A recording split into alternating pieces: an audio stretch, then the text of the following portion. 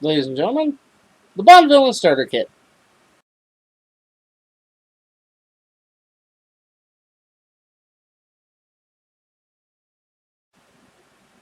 Welcome again to another episode of The Guido Goes Off. Ladies and gentlemen, this has been a crazy week in wrestling, so without further ado, let's get right to it.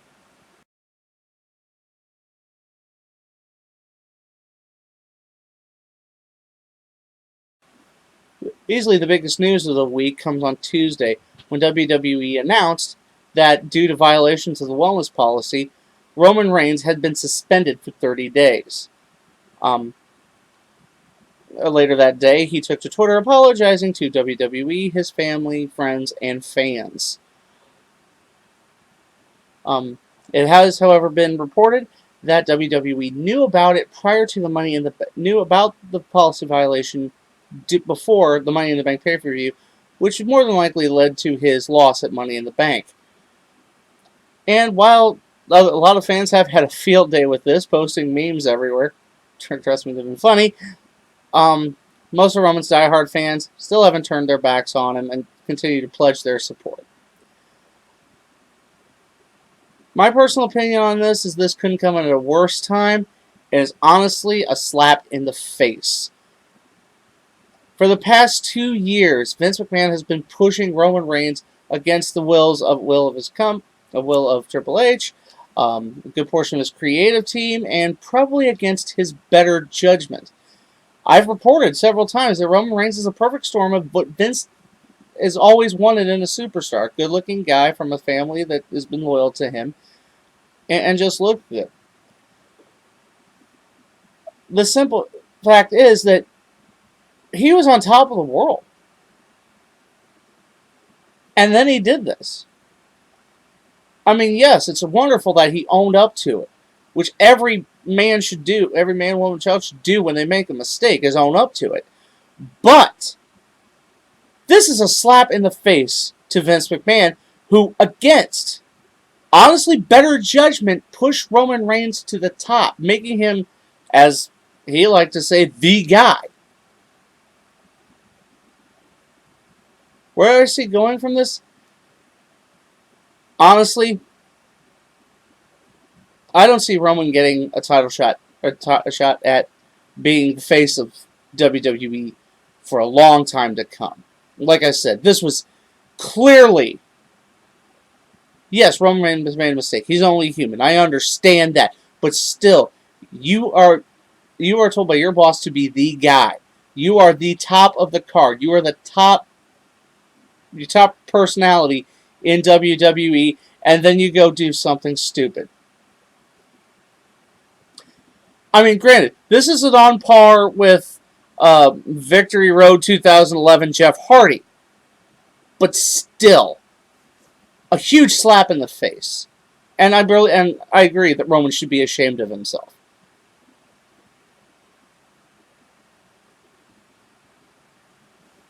It's just one of those things where you have to ask yourself, what was he thinking? All you have to do is not do drugs. That's it. Oh, don't beat your wife. Don't do drugs. Okay, don't do drugs. Don't beat your wife. Show up. It's not pretty much any job, really. I mean, hey, you want to be on camera, you don't. But honestly, this is a big slap in the face to everybody that pushed for Roman Reigns to be the top guy in WWE.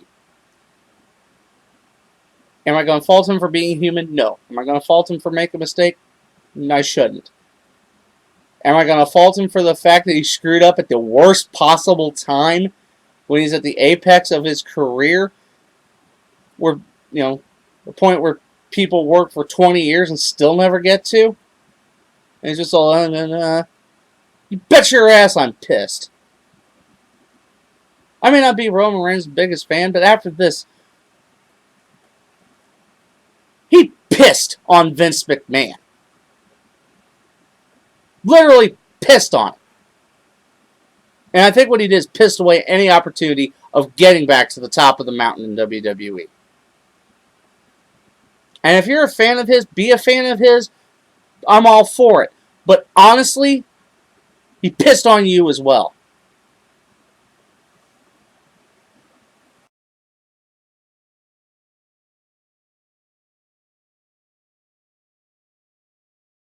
Also at Money in the Bank, very interesting. After the women's tag match, which why wasn't that for a title? You know that's nice. You know, let's say you got this nice pretty belt. Let's put it on the line. Anyway, a lot of fans were shocked when after the match, Natalya attacked Becky Lynch. She once again attacked her from behind on Raw, basically solidifying herself now as a heel in the women's division. It's true there's really not enough heels, and with the brand split coming, you kind of need a dominant heel on another show. And honestly, Nattie's character's been stale.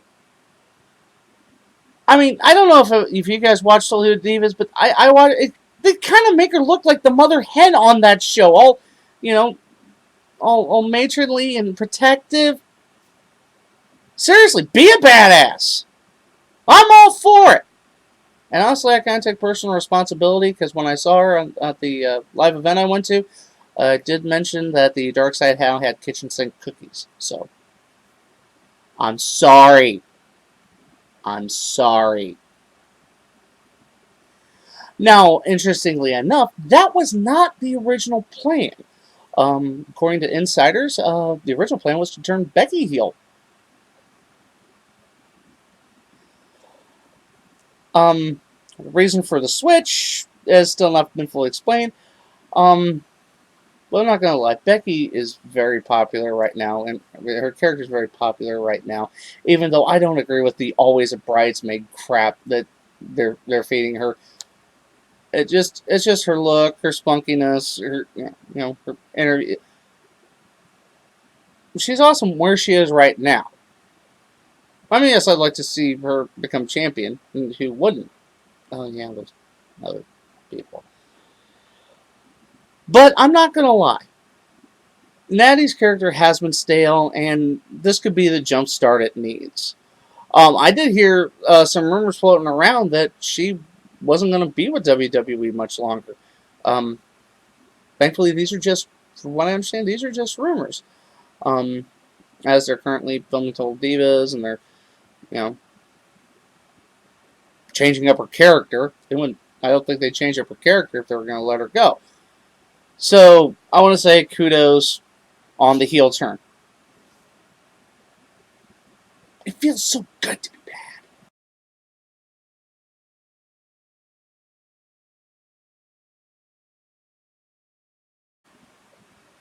The reigning champion of bad decisions, Impact Wrestling, or TNA, has once again solidified that status. During the live Impact on Tuesday night, in response to some fans, the Impact Wrestling Twitter went on the offensive, um, attacking some fans for making comments about their product. What the hell? I'm no expert. Okay, I'm thorough. I'm going to say it. I'm not an expert. What the hell? Your audience is a tenth of WWE. A tenth! And now you're attacking that limited fan base that you have. And doing it over social media like a bunch of 10-year-olds.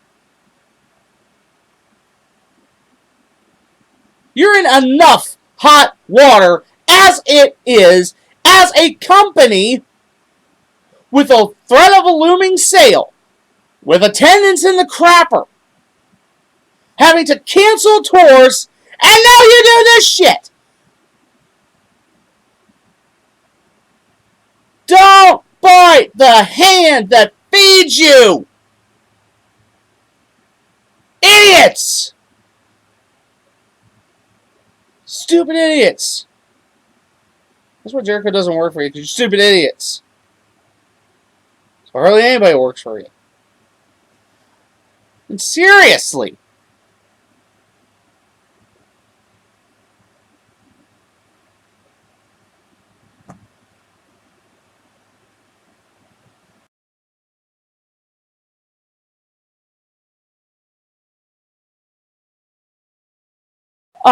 One more issue that I thought I'd talk about. Apparently, WWE's in talks with Cody Rhodes again. Unfortunately, it's not what we think. No, WWE is signing Cody to a limited contract. It's from what reports are, it's due to the fact that Mattel still has some Stardust figures coming out, and they want to secure licensing rights, so they're going to have to kick a little money Cody's way. I got asked when I heard about this and I talked about this if Cody Rhodes was coming back, and I'm going to say, yeah, unless you really screw up, there are no burned bridges in professional wrestling. I think even CM Punk could have a chance of coming back to WWE, although I'm putting that in highly unlikely. With like right next to when Hell freezes over. However, they're at least going to pay Cody for using his likeness. As far as him returning to WWE, you actually might be able to see him on your local indie circuit. I know he's got a lot of matches coming up. I think it's at the end of next month. His no compete clause ends. So if you want to support him, you go out and watch him wrestle.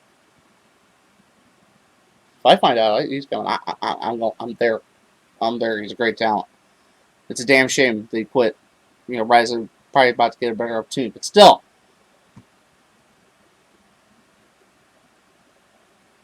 good for him, right? Can you quit licking yourself for 2 seconds while I'm trying to talk to you? And that's the end of another episode of the Guido Goes Off. Once again, I thank you for watching and tuning in.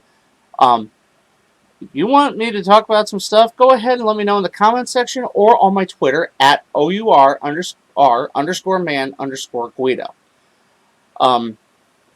Don't be afraid to talk to me. I love to hear your opinions. And once again, I'm the Guido, and I think we're done here.